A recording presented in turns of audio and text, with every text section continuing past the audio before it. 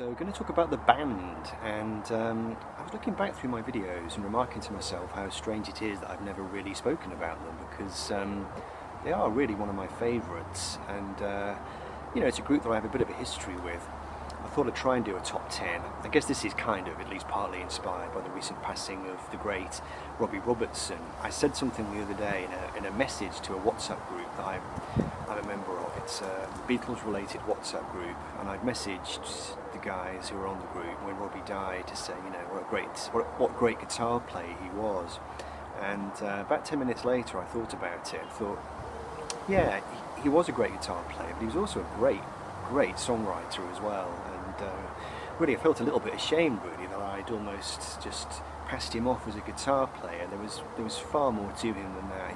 I think he was a real original voice, really, and such an interesting history as well. You know, kind of Native American stroke Jewish heritage, and you know, he was from Toronto, and yet he became famous for writing songs from the American Deep South, strangely enough.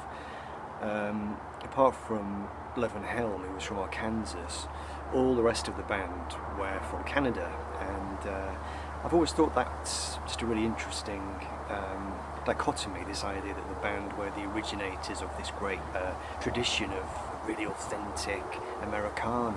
In fact, you know, they were from a different part of America altogether. So anyway, a bit of a preamble. So I thought I'd run through, I'm calling it my 10 favourite songs by the band, but this list could change. You know, it's 10 of my favourites. This is what the list looks like today.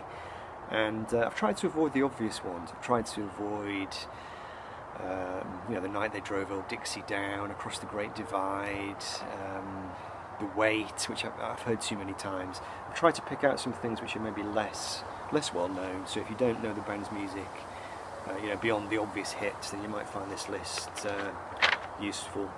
So I'll whiz through them. I won't take too long over it, and let me know what you think of the list.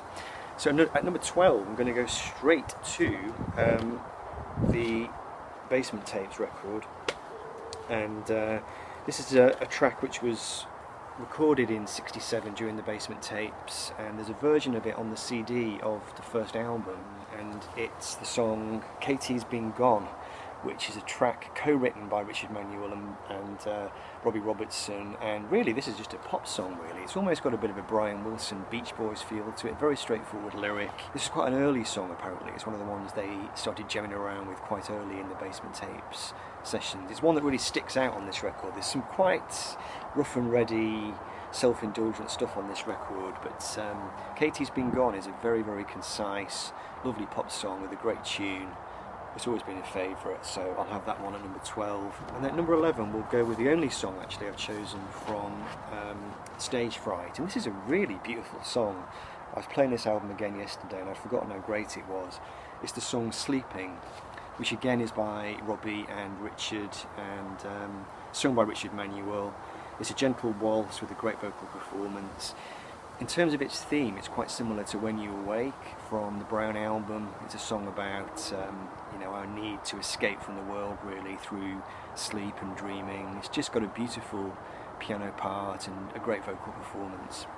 Great song. I could have chosen some other tracks from this record, but I couldn't quite make it work. I had 12 slots, and there were so many great songs from the first two albums, essentially, so that's why I just went with that one. Having said that, at number 10 we'll go to Northern Lights, Southern Cross. This is a song which really knocked me out the first time I heard it, and it's Arcadian Driftwood, which is again is another Robbie song. This one has got vocals by Richard Manuel, Levin Helm and Rick Danko. The three of them sort of take it in turns a little bit. Kind of reminds me, when they do that, it sort of reminds me of the Travelling Wilburys, that kind of multi-vocal effect. You know, it's really beguiling. This is a song about the enforced removal of the Arcadians from northeastern America in the 18th century, and it kind of reveals again Robbie Robertson's amazing ability to draw on history, I suppose, history and mythology. Just an incredible writer, and this song it just rolls on and on, verse after verse. It's got a beautiful violin part by Byron Berlin, and almost a kind of Celtic feel to it, and it sweeps you away, really. It's quite a dreamy song, beautiful melody. fantastic. Okay, for number 9 we'll go with the first song from the Brown album that I'm going to feature today, and we'll go with Rocking Chair, which is Robbie's song, again, sung by Richard Manuel, beautiful vocal performance. This is a song essentially about two salty old sea dogs, a pair of sailors, sat in chairs. You can imagine them, you know, sharing a bottle of rum and smoking a pipe together and just talking about their past lives together and their friendship. Great song, fantastic. So yeah, that's Rocking Chair. And then for number 8, the first track from the debut album that we're going to look at. And it is music from Big Pink, of course, and we'll go with This Wheel's on Fire, which is a Dylan song. This is the first one actually that I've got on the list, sung by Rick Danko, and I've got a thing about Rick Danko's voice. It's very earthy. It's not like Richard Manuel, who had a kind of almost ethereal, dreamlike quality. Rick is earthier somehow, and he's you know, he was a farm boy. He grew up in a farm, big farming family, and there's something about his you know, the way he sings and the way he delivers a song which is somehow plugged back into the earth. So this track, This Wheel's on Fire, was done originally in '67 as part of the Basement Sessions. It's got quite an interesting genesis. Bob Dylan had written the lyrics, and he passed them to Rick Danko, who had just started learning the piano, and Rick had come up with a piano piece the day before, and it just so happened that his piano piece married really well with these words of Bob's, and it just made for a great song. If your memory serves you well, we were going to meet again and wait, so I'm going to unpack all my things and sit before it gets too late. No man alive will come to you with another tale to tell, but you know that we shall meet again if your memory serves you well. Just fantastic. Now, number 7. This is a song which might not necessarily pop up in other people's lists, but it's one that I've just always loved it, and it's on side 2, and it's one of the only bluesy rockers on this record really. It's Look Out Cleveland, which is another Robbie song. Starts out with some great boogie woogie piano, and there's not much to this one. It's just got a great feel, great vocal performance. I was just reading up on it. Apparently it was an influence on Elton John's song Take Me to the Pilot, which I can kind of hear. But it's just a great band performance, and like I said, it's maybe not one of his, you know, his all-time top tier songs, but it's just one that's always appealed to me. Number 6, we're going to go back to this record, Northern Lights again, Northern Lights, Southern Cross, and it's the final song on the album. It's called Rags and Bones, which is a Robbie Robertson song. It's a song about Robbie's family history really. His great-grandfather was a peddler or a junk seller on the streets of Toronto back in the day, and this song is really an evocation of that really, you know, a guy who's just living by his wits, selling stuff on the streets, just an incredibly evocative lyric, great bluesy performance from the band. The one thing which slightly doesn't spoil the song for me, but it makes it a bit less enjoyable than it should be, is Garth Hudson. Musically, Garth Hudson is my least favourite member of the band, even though he's brilliant, clearly a great keyboard player, a great electronics wizard who could do all kinds of things, and I mean he does some fantastic stuff on you know, the band's records. He plays the sax as well, but I think he has a tendency to overplay. It doesn't matter so much on the first couple of albums where he's using all these old vintage organs and strange old instruments that have a kind of fairground quality. But by the time you get to this record, he's using some kind of string synth, and it's a bit charmless, and he just plays all the way through Rags and Bones, and most of what he plays you could actually do without. So that's my one criticism of that song, which otherwise I think is fantastic. So anyway, carping about Garth Hudson aside, that is a great one. Okay, so we're going to go to number 5 now, and the opening track.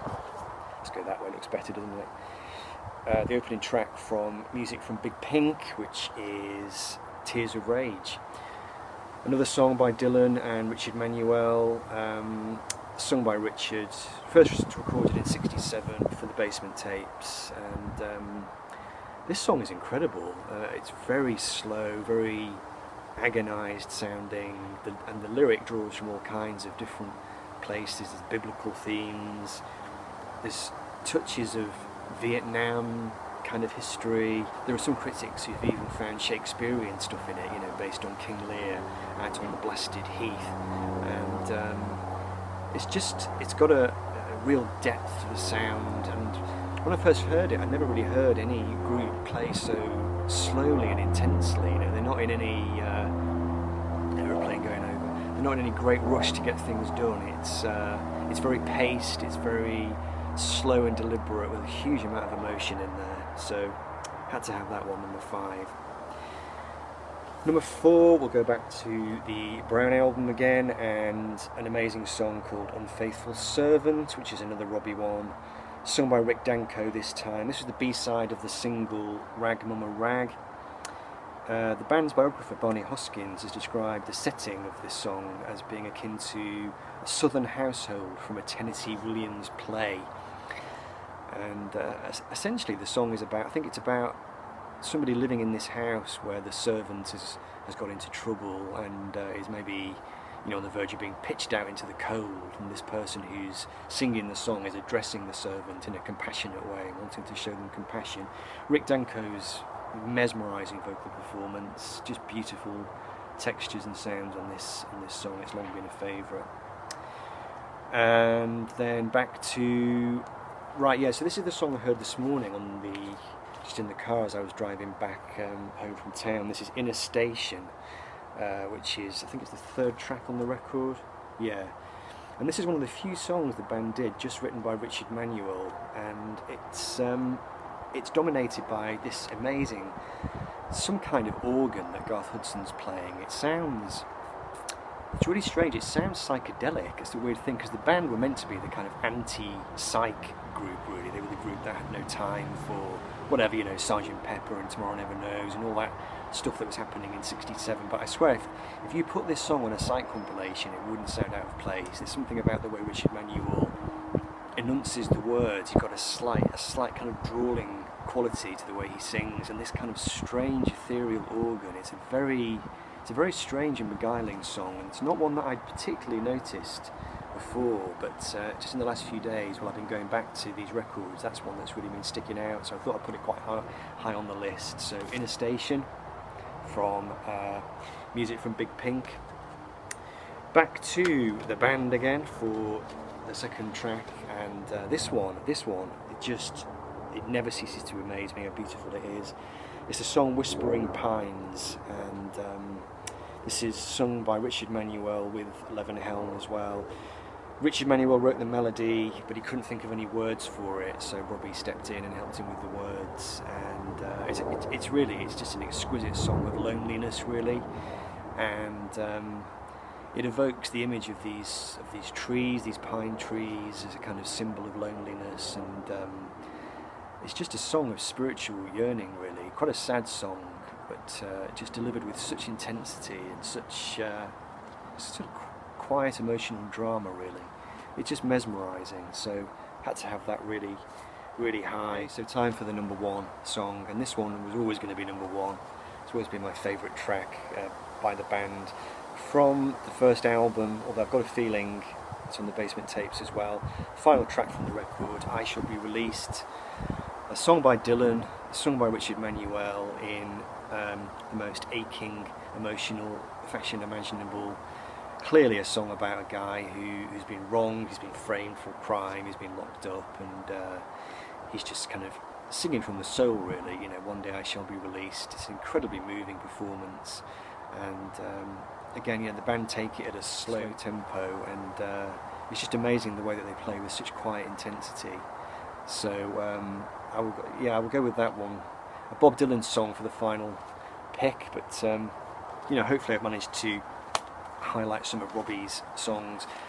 I mean, there are a few that didn't make the list, which really, should have been on here. There's tracks, It Makes No Difference from Northern Lights, which is a great Robbie song, sung by Rick.